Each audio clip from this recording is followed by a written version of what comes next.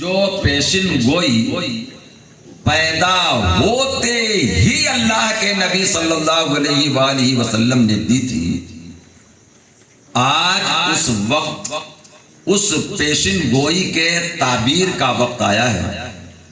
और अल्लाह के हबीब सल्लल्लाहु अलैहि वसल्लम ने जब हजरत जिब्रील आए थे बचपने में और मकामे करबला की मिट्टी लाए थे, नबी करीम सल्लल्लाहु अलैहि वसल्लम को दिया था और फरमाया था हुजूर ये वही उसी ज़मीन की मिट्टी है जहां आपका ये नूरे नज़र शहीद किया जाएगा। आका इमाम हुसैन ने उसे सूंघा और आपने फरमाया कि इससे बूए करबला आती है, इससे बूए करबला आती है, जगह मुकर्रर मशीयत रब्बी से।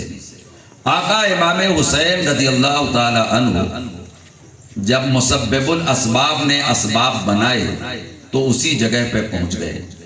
फिर आपने गौर से मकामे मैदाने करबला के मंजर को चारों तरफ से देखा।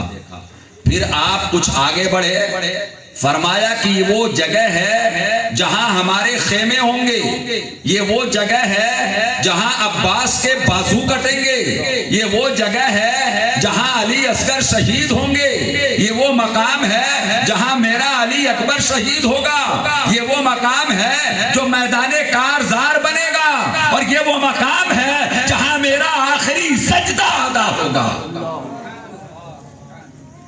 किसी ने पूछा सरकार ये सारी जगहें आपको मालूम हैं? कहा कि हाँ मुझे मालूम है। जंगे सिफ़ीन से वापस आते हुए मेरे वालिदे मोहतरम हैदरे कर्रार यहाँ ठहरे थे। हजरत मौला अली रज़ियल्लाहु ताला अन्हु हजरत इमाम हसन के जानुए मुबारक पर सर रखकर चंद लम्हात के लिए आराम फरमा रहे थे। अचानक आप उठ बैठे और खड़े हुए, आपके हाथ में एक छड़ी थी। आका इमाम हुसैन भी हमरा हैं, फरमाते हैं यही मकामे करबला है, यही मेरे बेटे को शहीद किया जाएगा। और एक एक जगह की निशानदेही हजरत मौला अली ने लकीर खींच के फरमा दी थी। वो बातें हजरत इमाम हुसैन को याद आ गई। आपने फरमाया यही वो मकाम है जहां खानदाने नबूवत को शहीद किया जाएगा। ठहरो, अपने अपने खेमे लगा लो। खेमे लगा लिए गए। ये मुहर्रमुल हराम की 2 तारीख थी। मुहर्रमुल हराम की 2 तारीख। वहां से नहरे फुरात थोड़ी सी ही दूर पर था। बिल्कुल नहरे फुरात के किनारे नहीं थे आप, बल्कि नहरे फुरात थोड़ी दूर पे था, लेकिन पानी आसानी से लाया जा सकता था। इधर जब ये खबर उबैदुल्लाह इब्ने जियाद के पास हुर ने भेजा कि आपके बताए हुए जगह पर हमने इमाम हुसैन को ठहरा दिया है, तो इब्ने जियाद ने फौरी तौर पे एक फरमान जारी किया। और वो फरमान ये था कि अम्र इब्ने साद 4000 का लश्कर लेकर मकामे शहरे रै का परवाना अपनी जेब में रखकर मुल्के ईरान को फतह करने के लिए जा रहा था। एक चीज जहन में रखिएगा कि ये जिसे शहरे रै कहते हैं, जिसे आप बचपने से सुनते आ रहे होंगे कि रै का परवाना उसके पास था कि अगर तुमने इस जंग को जीत लिया तो रै की हुक्मरानी अम्र इब्ने साद तुम्हारी होगी। ये रै क्या है? मौजूदा जमाने में ईरान की राजधानी जो तेहरान है वही उस जमाने का रै है। जो मौजूदा जमाने का तेहरान है वही उस जमाने का रै है। और उसका परवाना अम्र इब्ने साद की जेब में है, इस शर्त के साथ कि वो जंग को फतह कर ले। अम्र इब्ने साद तैयार ही नहीं था, बल्कि रवाना हो चुका था। उबैदुल्लाह इब्ने जियाद ने फौरी तौर पर कासिद भेजा अपना पर्चा लेकर कि जा करके अम्र इब्ने साद से कहो कि रै को बाद में फतह ईरान बाद में जाना, पहले करबला के मकाम पर जाओ और हुसैन इब्ने अली का कजिया सुलझाओ। अम्र इब्ने साद के पास जब ये पर्चा पहुंचा तो वो वापस पलटा। उसने उबैदुल्लाह इब्ने जियाद से कहा, इस काम के लिए कूफे में बड़े बड़े बहादुर मौजूद हैं, एक बड़ा लंबा लश्कर है तेरे पास, अगर तू तैयार करे, इसलिए कि कूफा के हर घर का हर फर्द एक सिपाही है, इसलिए तुझे सिपाहियों की जरूरत नहीं पड़ेगी, मुझे ये काम करने दे। अम्र इब्ने साद भी ये जानता था, चूंकि वो साद इब्ने वक्कास सहाबी रसूल, जन्नती सहाबी, अशरा मुबशरा में शामिल सहाबी हजरत साद इब्ने वक्कास का बेटा था और कूफे का बहुत बड़ा रईस भी था। गालिबन सबसे बड़ा मकाम, सबसे बड़ी हवेली अम्र इब्ने साद ही की थी, इसलिए कि कूफा शहर को बसाया ही उसके बाप हजरत साद इब्ने वक्कास ने था। ये जो कूफा शहर है ये कोई बहुत पुराना शहर नहीं था, बल्कि साद इब्ने वक्कास रज़ियल्लाहु ताला अन्हु ने जब अपना फौजी लश्कर लेकर के आप उधर पहुंचे हैं और फिर आपकी फौज के लोगों को पानी सूट नहीं करने लगा, तो आपने फरमाया अपने जानिसारों से, कोई जगह तलाश करो जहां की आबो हवा अच्छी हो, फिर वहां एक शहर बसाओ, इन फौजियों को वहीं बसा दिया जाएगा। साद इब्ने वक्कास के कहने से कूफा शहर बसाया गया था। ये साद इब्ने वक्कास वही हैं जिनके तारीखी वाकयात को आज तक जमाना याद कर रहा है और सुबह कयामत तक याद करता रहेगा। जैसा कि अल्लामा इकबाल ने कहा कि दश्त तो दश्त है, दरिया भी ना छोड़े हमने, बहरे जुल्मात में दौड़ा दिए घोड़े घोड़े।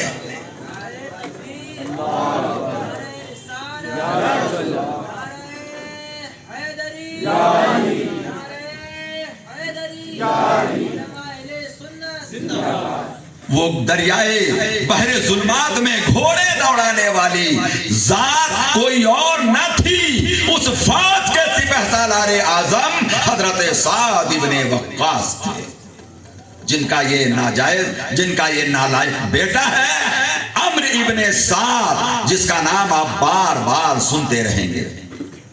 अम्र इब्ने साद उन्हीं साद इब्ने वक्कास का बेटा है। ये वही साद इब्ने वक्कास हैं रज़ियल्लाहु ताला अन्हु, जिनका नाम हजरत उमर फारूक आजम ने मजलिसे शूरा में रखा था। जिन 6 सहाबा का नाम आपने रखा था कि मेरे बाद तुम इनमें से जिसे चाहो मुसलमानों का खलीफा चुन लो, इसलिए कि इन 6 में से हर एक इस बात का हकदार है कि वो मेरे बाद मुसलमानों का खलीफा बने। अंदाजा लगाइए साद इब्ने वक्कास का मकाम कोई मामूली मकाम नहीं था। साद इब्ने वक्कास का, साद इब्ने वक्कास एक जंग के मौके पर बारगाहे मुस्तफा सल्लल्लाहु अलैहि वसल्लम में बिल्कुल आका के करीब हैं। दुश्मन हमला आउर होता है तो अल्लाह के नबी फरमाते हैं, अपने हाथों से तीर देते हैं, कहते हैं साद तुझ पर मेरे माँ बाप कुर्बान, तीर चला, तीर चला। किससे कह रहे हैं नबी करीम? सारा जमाना तो ये कहता, सारे सहाबा ये कहते, फिदा का अबीयो उम्मी, या अल्लाह के रसूल सल्लल्लाहु अलैहि वसल्लम आप पर मेरे माँ बाप कुर्बान हैं। वो साद हैं जिनसे नबी कहते हैं तुझ पर मेरे माँ बाप कुर्बान हैं। उन्हीं साद इब्ने वक्कास का ये नाहंजार बेटा है जिसका नाम अम्र इब्ने साद है। कुफा ही में रहता है, फौज लेकर के जा रहा है। उबैदुल्लाह इब्ने जियाद से कहता है बचने के लिए कि हुसैन के साथ ज्यादा लोग भी नहीं है, मुख्तसर सा उनका काफिला है, तेरी फौज अलग है जो बसरे से आई है और ये कूफा है। कूफा में सिपाही तलाश किए जाए तो घर घर से कई सिपाही निकलेंगे, मेरी क्या जरूरत है, मैं जिस मुहिम को सर करने के लिए जा रहा हूं वहां मुझे जाने दे। उबैदुल्लाह इब्ने जियाद ने कहा एक बात कान खोल के सुन लो, अगर तुम्हें ये मंजूर नहीं तो वो रै का परवाना मुझे दे दो, रै का परवाना मुझे दे दो, और तुम ये मेरी फौज है, ये फौज भी मुझे दे दो। तुम्हें सिपह सालारी से माजूल किया जा सकता है, और नहीं तो मेरा हुक्म मानो और करबला पहुंचो। उसने कहा कि अब तो शाम हो चुकी है, रात भर मुझे सोचने का मौका दो। अगर ईमान कामिल होता, हुब्बे रसूल दिल में होता, खानवादे मोहब्बत से वो प्यार, खानवादे मोहम्मद अरबी से अगर वो प्यार करता तो पहली फुर्सत में रै का परवाना ठुकरा देता, सिपह सालारी ठुकरा देता। कहता है रात भर का टाइम दो। रात भर में क्या करेगा? किया उसने ये कि उसने जहन्नम के रास्ते को चुना और नौजवानाने जन्नत के सरदार से लड़ने के लिए तैयार हो गया। उसने कहा मुझे मंजूर है तेरी शर्त, मैं हुसैन से मुकाबले के लिए करबला में जाता हूं। 4000 का लश्कर लेकर के पहुंचा। जब यह करबला के मैदान में पहुंचा तो वो मुहर्रमुल हराम की 3 तारीख थी। मुहर्रमुल हराम की 3 तारीख थी। ये वहां पहुंचा। उसके बाद इसके पीछे टुकड़ियों पे टुकड़ियां, जमातों पे जमात, लश्कर का लश्कर आता गया, और उन सब का सिपह सालारे आजम अम्र इब्ने साद ही है। फौज आती गई, शामिल होती गई, यहां तक कि देखते ही देखते 5 या 7 मुहर्रम आते आते उसके पास तकरीबन 22,000 का लश्कर हो गया। कितना बड़ा लश्कर, कितना बड़ा लश्कर। और इधर आका इमामे हुसैन कितने हैं? 72 हैं। बाद रिवायतों में 82 हैं। उन्हीं में औरतें हैं, उन्हीं में बच्चियां हैं, उन्हीं में बच्चे हैं, उन्हीं में दूध पीने वाले शीरख्वार अली असगर हैं, और उधर 22,000 का लश्कर है। और भेजने वाला उबैदुल्लाह इब्ने जियाद है। बड़ा जुल्म करने पे नाज है उबैदुल्लाह इब्ने जियाद को। तो आका हुसैन के मुकाबले में खुद आता, सारा नशा उतर जाता कि उबैदुल्लाह इब्ने जियाद कितना बड़ा जालिम है और उसके अंदर जुल्म करने की कितनी ताकत है। आता मैदाने करबला में, बड़े बड़े सलातीन जंग के मैदानों में खुद ही रहनुमाई करते हुए नजर आते हैं। नबी करीम जैसी शख्सियत मैदान जंग में खुद जाती, इसीलिए उन जंगों को गज़वात कहा गया जिनमें अल्लाह के हबीब खुद तशरीफ ले जाते थे। अल्लाह के हबीब जिन जंगों में तशरीफ ले गए उसे गज़वा कहा गया, और जो अल्लाह के हबीब ने भेजा और खुद नहीं गए उन्हें सरिया कहा गया। तो आता खुद ही मैदान करबला में अम्र इब्ने साद की क़यादत में 22,000 का लश्कर जमा हो चुका है। 22,000 का। और इधर आका इमाम हुसैन रज़ियल्लाहु ताला अन्हु की हालत क्या है आपको पता है। ये 1200 खुतूत आए हैं, उसके जवाब में मैंने अपना नायब भेजा है। फिर नायब के हाथों पर कूफे के 40,000 लोगों ने बैअत कर ली है। अब मेरे नायब इमाम मुस्लिम का खत मेरे पास आ गया है, यहाँ के सारे हालात सही हैं। उसके बाद आका इमाम हुसैन ने रख्ते सफर बांधा है, तो बच्चे भी साथ हैं, बीवी भी साथ हैं, औरतें भी साथ हैं, खानदानी नबूवत की बहू बेटियां भी साथ हैं, नन्हे नन्हे दूध पीने वाले बच्चे भी साथ हैं, खानदानी नबूवत के अफराद आपके साथ हैं। जंग का उतना साजो सामान नहीं जितना एक सिपाही लेकर के चलता है। इसलिए कि जंग के इरादे से आप निकले ही नहीं थे। जंग के इरादे से आका इमाम हुसैन निकले ही नहीं थे। मदीने से निकले तो मक्के के इरादे से निकले थे, और जब मक्के से निकले हैं तो कूफा में मेहमानी के इरादे से निकले, मेहमानी के इरादे से निकले। उनके मुकाबले के लिए 22,000 का लश्कर, सोचिएगा 22,000 का लश्कर। आका इमाम हुसैन ने यह सारा मंजर देखा। इस बीच में कुछ बातें भी हुई। आपने फरमाया, अम्र इब्ने साद ने आते ही पूछा आका इमाम हुसैन से कि आप किस मकसद के लिए यहां आए हैं। आपने फरमाया ये मुझसे मत पूछो, तुम्हारी फौज में ये जो कूफा के लोग हैं, फुला है फुला है फुला है फुला है, उन्हें आवाज दो और उनसे पूछो कि हुसैन किस लिए आए हैं। भाई वो कूफाई की तो फौज थी, उनमें अक्सरियत तो कूफा वालों ही की थी जो मैदान करबला में आए थे।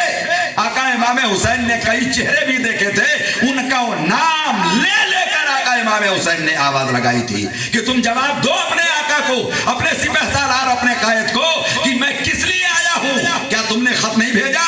क्या तुमने खत नहीं लिखा? क्या तुम्हारे दस्तखत नहीं थे? क्या तुम्हारी तहरीर का खत मेरे पास नहीं था?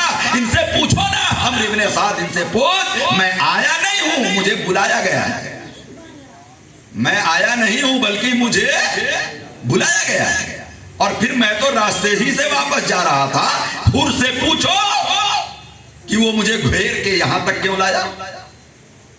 वो कहता है मैं अपने अमीर के हुक्म पे अमल कर रहा हूं, मुझसे को पूछ रहे हो, उनसे पूछो ना। अम्र इब्ने साद ने कहा कि मुझे नहीं मालूम कि आपको किसने खत लिखा, और मुझे यह भी नहीं मालूम कि आपको किसने बुलाया। मुझे सिर्फ इस वक्त में इतना मालूम है कि आपसे जंग करने के लिए मुझे सिपहसालार बना करके भेजा गया है। गैरत ईमानी मर चुकी थी उसकी, और जितने सामने थे सबकी गैरत फना हो चुकी थी। गोया कि उन्होंने अपने ईमान का सौदा कर लिया था दुनिया के चंद टकों के बदले, जो वो भी मिलने वाली नहीं थी। इसलिए कि जो देने वाला है बादशाह, वो तो मुल्क शाम में बैठा है, ये तो उसका कारिंदा है। ये कहां से तुम्हारे दामन भरेगा? ये तो खुद ही उससे लेने का मोहताज है। कहां से देगा ये? इसने यहां से खबर भेजी उबैदुल्लाह इब्ने जियाद के पास कि मैंने हुसैन से पूछा है कि तुम्हारे आने का मकसद क्या है। तो उन्होंने जवाब ये दिया है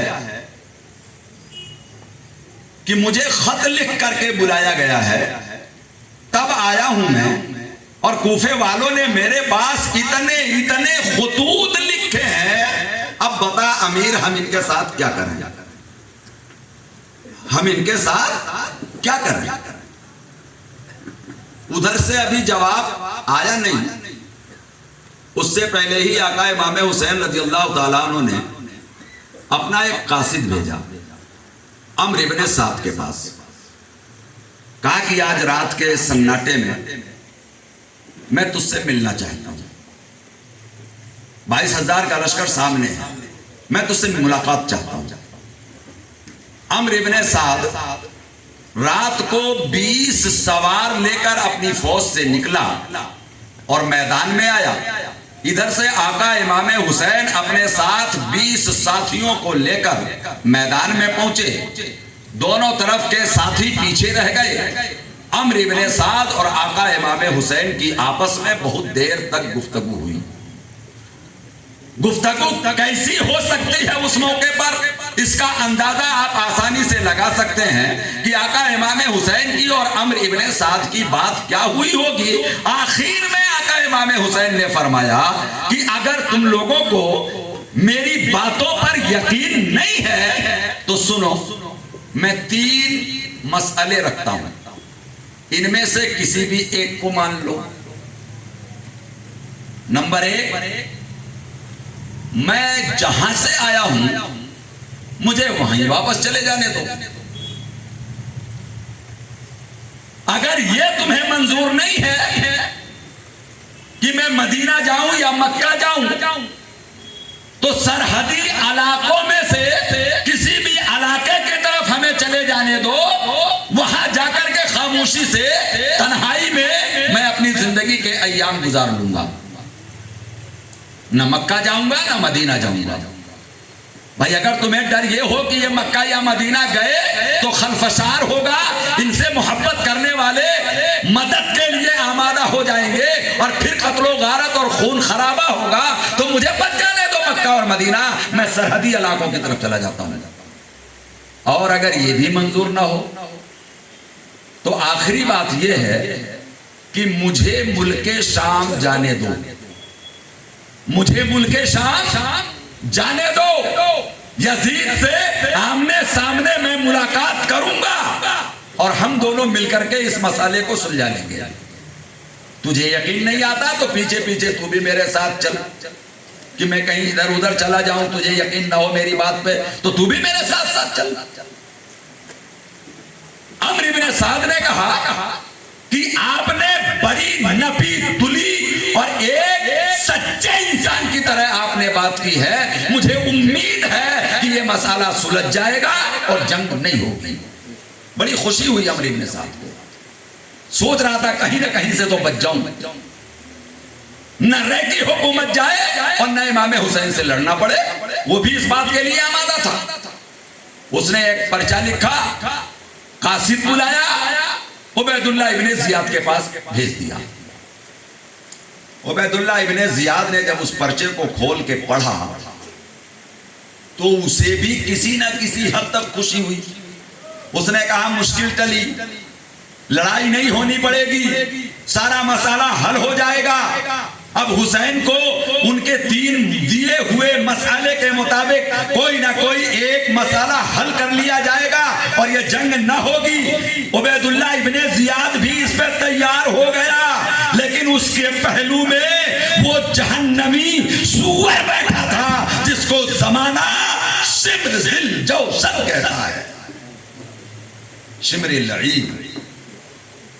उसने कहा अमीर क्या कर रहे हो, क्या कर रहे हो ऐसे वक्त पर जब वो तुम्हारी जमीन पे उतर चुके हैं, ऐसे वक्त में जब तुम्हारी फौजों के घेरे में है, ऐसे टाइम पर जब 22,000 तलवारें उनके सामने तनी हुई है, तुम उन्हें छोड़ रहे हो।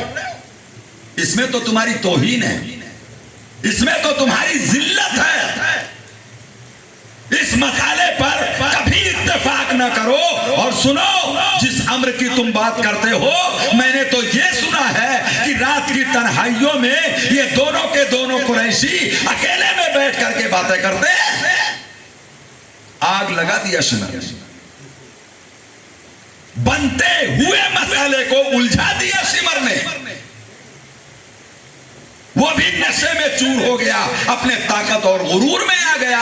कहने लगा अब तो हमारी जमीन पर आए हैं, शिमर क्या करना चाहिए?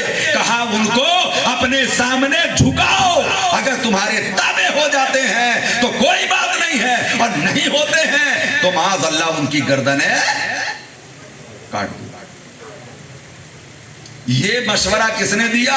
उसी चित कबरे कुत्ते ने, जिसकी पेशिनगोई मदीने के ताजदार ने पहले ही कर दी थी, उसी शिमर जिल जौशन ने।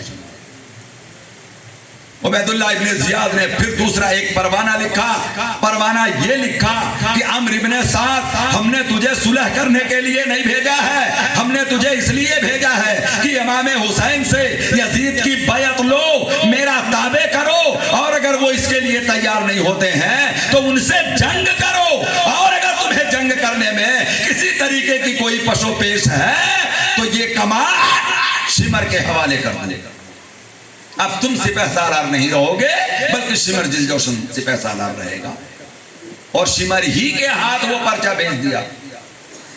अगर वो पर्चा शिमर के सिवा कोई दूसरा कासिद बन के जाता तो मुमकिन है हालात का धारा किसी और तरफ को बह जाता, लेकिन शिमर खुद ही गया और जाने के बाद वो पर्चा दिया। खत पढ़ने के बाद अम्र इब्ने साद ने शिमर की तरफ नीली पीली आंखों से देखा, कहा मर्दो तेरा नाश हो, अमीर को तूने ही बहकाया है।